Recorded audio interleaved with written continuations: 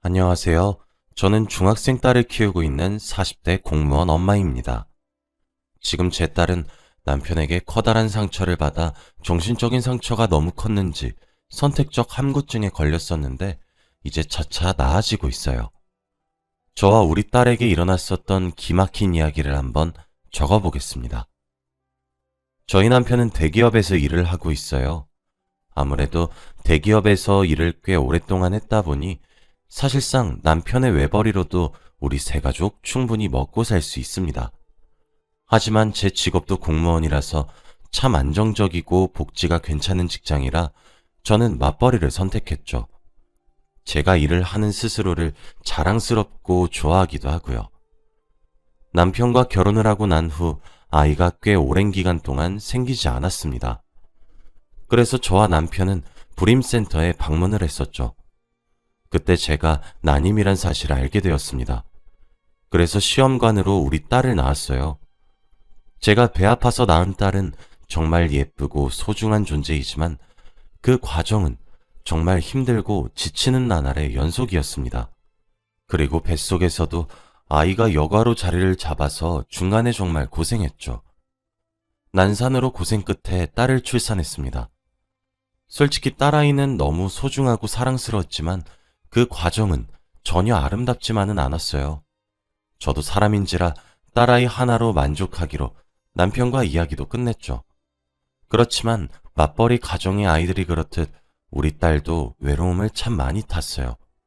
매일 동생을 낳아달라고 조르기 일쑤였습니다. 그런 모습을 보면 마음이 참 아팠어요. 한동안은 동생을 낳아달라고 조르다가 통할 것 같지 않았는지 그 뒤론 강아지를 키우게 해달라고 조르기 시작하더군요. 사실 저는 반려동물을 기를 때 책임감이 있어야 된다고 생각을 해요. 아이의 욕심으로 기르다가도 결국 뒤처리는 제 몫이 되면 정말 힘들 것 같았거든요. 그런데 점점 말수가 줄어들고 외로움만 타는 딸아이를 보고 설령 내가 모든 케어를 담당하는 한이 있더라도 아이를 위해 강아지를 기르자고 결심했습니다. 아이가 10살이 되던 해에 정말 큰 마음을 먹고 강아지 2마리를 입양했어요. 포메라니안과 말티즈였죠. 둘 다 눈처럼 새하얗고 털뭉치 같아서 딸과 저는 심사숙고해서 강아지들의 이름을 서리와 소미로 지어주었답니다. 그런데 막상 서리와 소미를 데려와 키우기 시작하니 딸아이가 너무 야무지게 잘 키우더라고요. 스스로 교육도 시키고 목욕도 시키고 양치도 해주고 하면서 말이에요. 물론 아직 어린아이였기 때문에 어른들의 손길보다는 한참 모자라 제가 많이 도와주기도 했습니다. 그러다 보니 서리와 소미에게도 저도 참 정이 많이 붙었어요. 서리와 소미는 제게 선물 같은 존재였습니다. 사실 딸아이가 외로움을 많이 타기 시작하면서 말수도 많이 줄어들었고 부모와의 애착관계 형성이 조금 미흡했었거든요. 맞벌이라서 엄마 아빠와 보내는 시간이 부족해 어쩔 수 없는 일이긴 했지만 그래도 마음이 참 많이 아팠죠. 제 딸이 엄마인 저를 어려워하는 것이 눈에 뻔히 보이니 씁쓸하기도 하더라고요. 어린 시절 너무 떨어져 있었나 후회가 된 적도 많았습니다. 그런데 서리와 소미를 키우면서 딸과 전 참 많이 친해졌어요. 일단 강아지들은 매일매일 산책을 시켜줘야 했습니다. 비가 오거나 눈이 내리는 경우나 제가 부득이하게 비상근무나 야근 등이 생겨서 퇴근이 늦어지는 경우처럼 정말 피치 못할 문제가 생기지 않는 한 저는 항상 딸과 둘이서 오붓하게 아파트 단지를 서리와 소미를 데리고 산책을 했죠.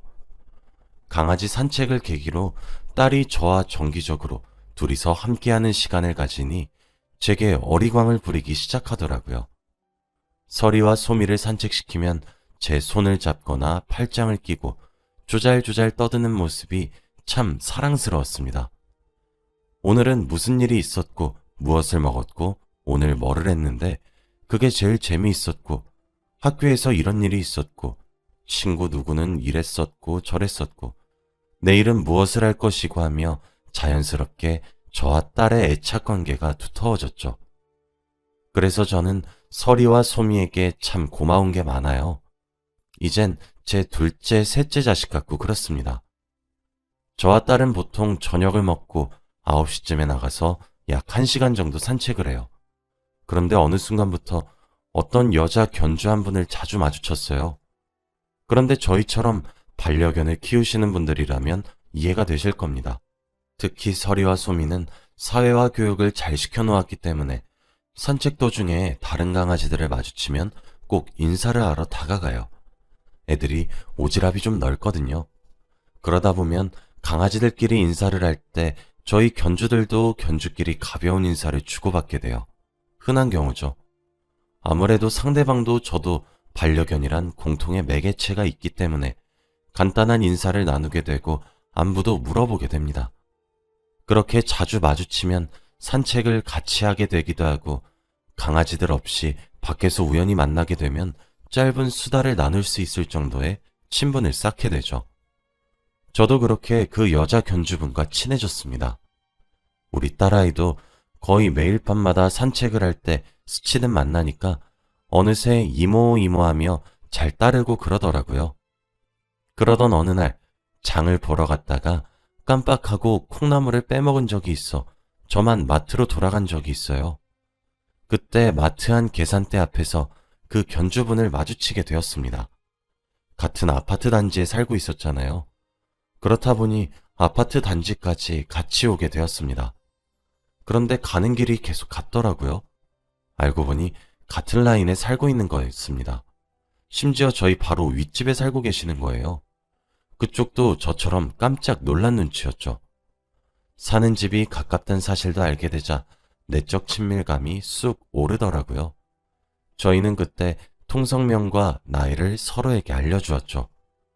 알고 보니 저보다 1살 어리더라고요. 이름은 정민이었어요. 우린 자연스럽게 언니 동생 하는 사이가 되었습니다.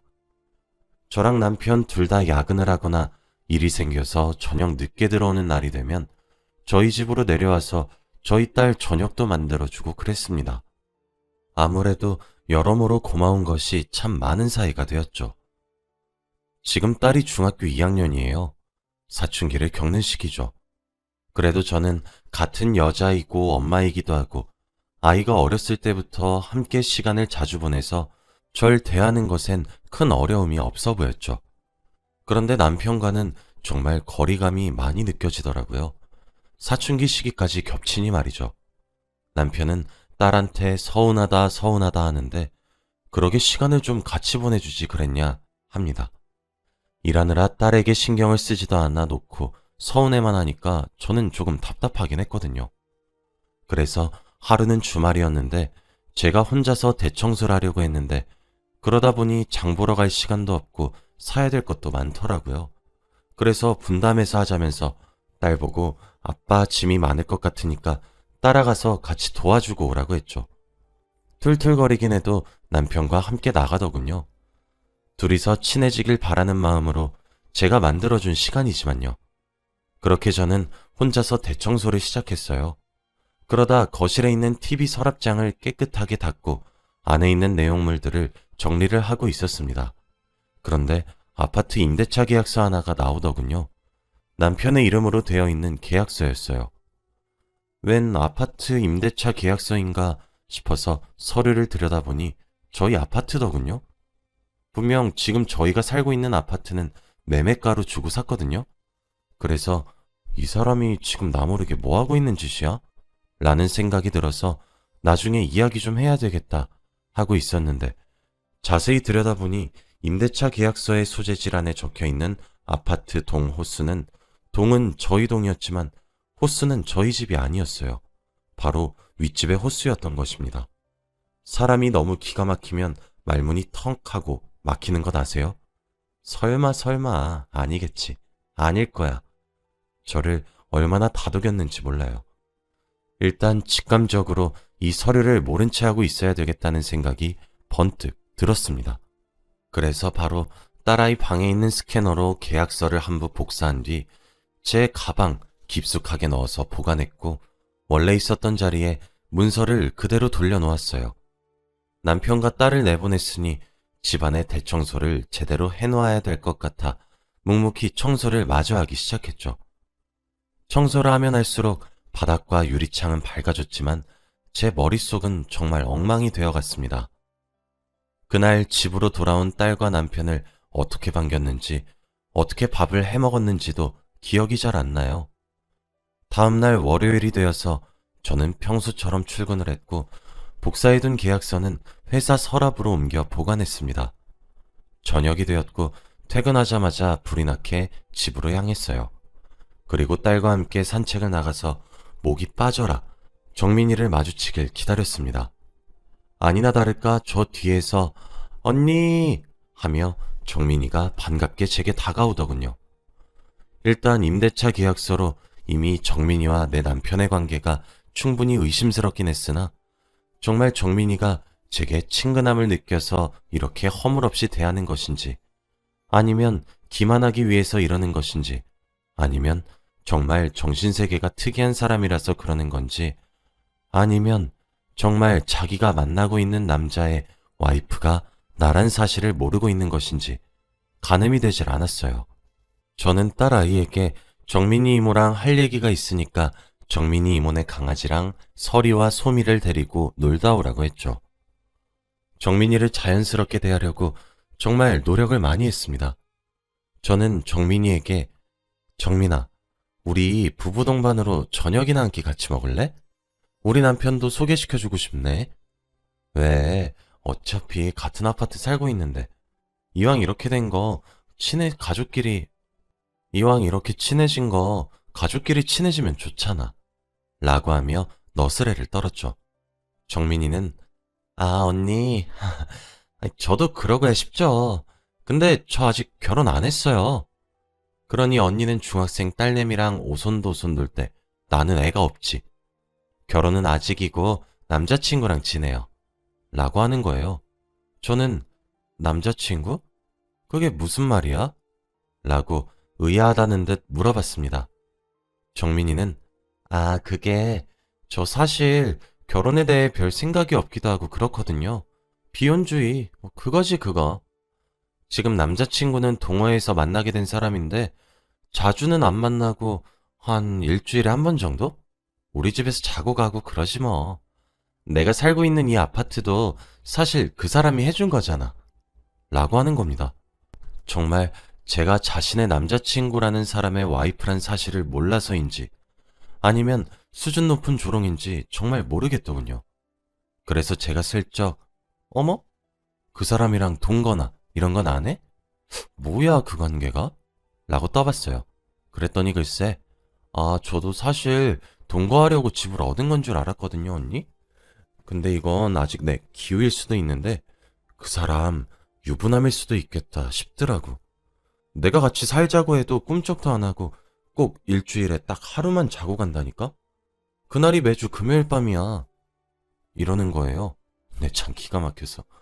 제 남편은 금요일 저녁마다 회의가 잡혀서 끝내면 늦은 새벽이라서 피곤하니까 회사에서 조금 자고 집에 들어가겠다고 했거든요. 항상이요. 저는 초강수를 두기로 했어요. 어머, 그럼 이번 주 금요일에 남자친구 소개 좀 시켜줘. 나도 남편 데리고 나갈게. 너랑 내가 이렇게 친해졌는데 함께 놀면 좋잖아. 라고 했더니 정민이가 흔쾌히 알겠다고 하더라고요. 밖에서 난리를 치게 되면 동네 다니기가 창피할 테니 제가 시간에 맞춰서 정민이네 집으로 가기로 했습니다. 그렇게 금요일이 되기만을 기다렸어요.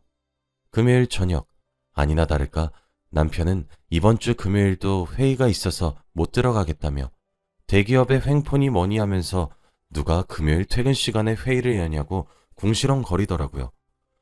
저는 아무것도 모르는 척을 하며 고생하라고 힘내라고 얘기를 했어요. 약속 시간인 7시가 되었습니다. 오늘을 위해 딸아이도 친구네 집에서 자고 와도 된다고 허락을 했더니 좋다고 나가서 집엔 저뿐이었어요. 이날을 위해 소형 녹음기도 하나 장만했고 녹음을 시작한 채로 가방에 넣은 뒤 집을 나섰습니다.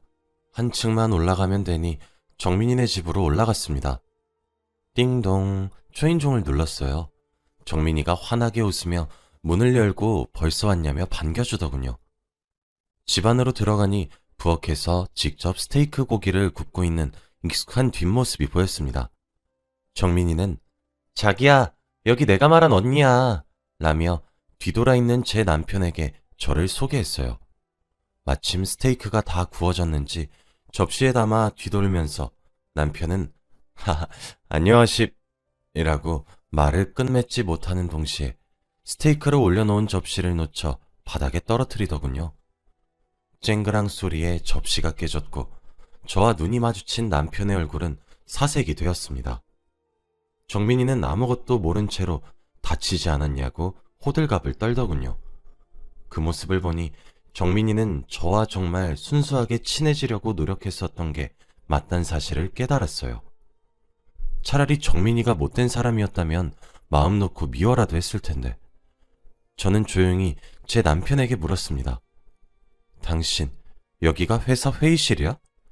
남편은 아무런 대답이 없었습니다. 정민이는 영문도 모른 채로 멀뚱멀뚱 저를 쳐다보며 언니, 갑자기 무슨 소리예요? 라고 묻더군요. 저는 정민이를 노려보며 물었습니다. 너 정말 몰랐어? 언니, 무슨 말이에요 대체? 너, 저 사람이 내 남편인 사실 정말 몰랐냐고! 쩌렁쩌렁 소리를 지르는 제 목소리에 한 번 놀랐고 사실을 깨달아 두 번 놀란 정민이는 하얗게 질려서 제 남편을 보면서 정말이야? 라고 물어보더군요. 그렇게 삼자대면이 시작되었습니다. 남편은 꿀먹은 벙어리처럼 아무런 대답도 하지 못했고 정민이는 어찌나 크게 당황했는지 제게 무릎을 꿇고 정말 몰랐다고 미안하다고 빌기 시작하더라고요. 저는 정민이를 진정해서 소파에 앉힌 후 이야기를 나눴습니다. 남편과 정민이는 우리 딸아이가 초등학교를 졸업하기도 전부터 만나 올해로 이미 만난 지 3년째더군요. 제가 너 저 사람 유부남인 건 알았니? 라고 물어보자 정민이는 아니 정말로 유부남일 줄 몰랐어요 언니. 상식적으로 가정이 있단 사실을 알면 제가 왜 만나겠어요. 저 사람도 제게 독신이라고 했단 말이에요. 저번에 언니랑 산책하다가 그렇게 말한 건 진짜 농담이었어요. 그냥 수준 낮은 농담한 것뿐이었어요. 라며 훌쩍훌쩍 울기 시작하더군요.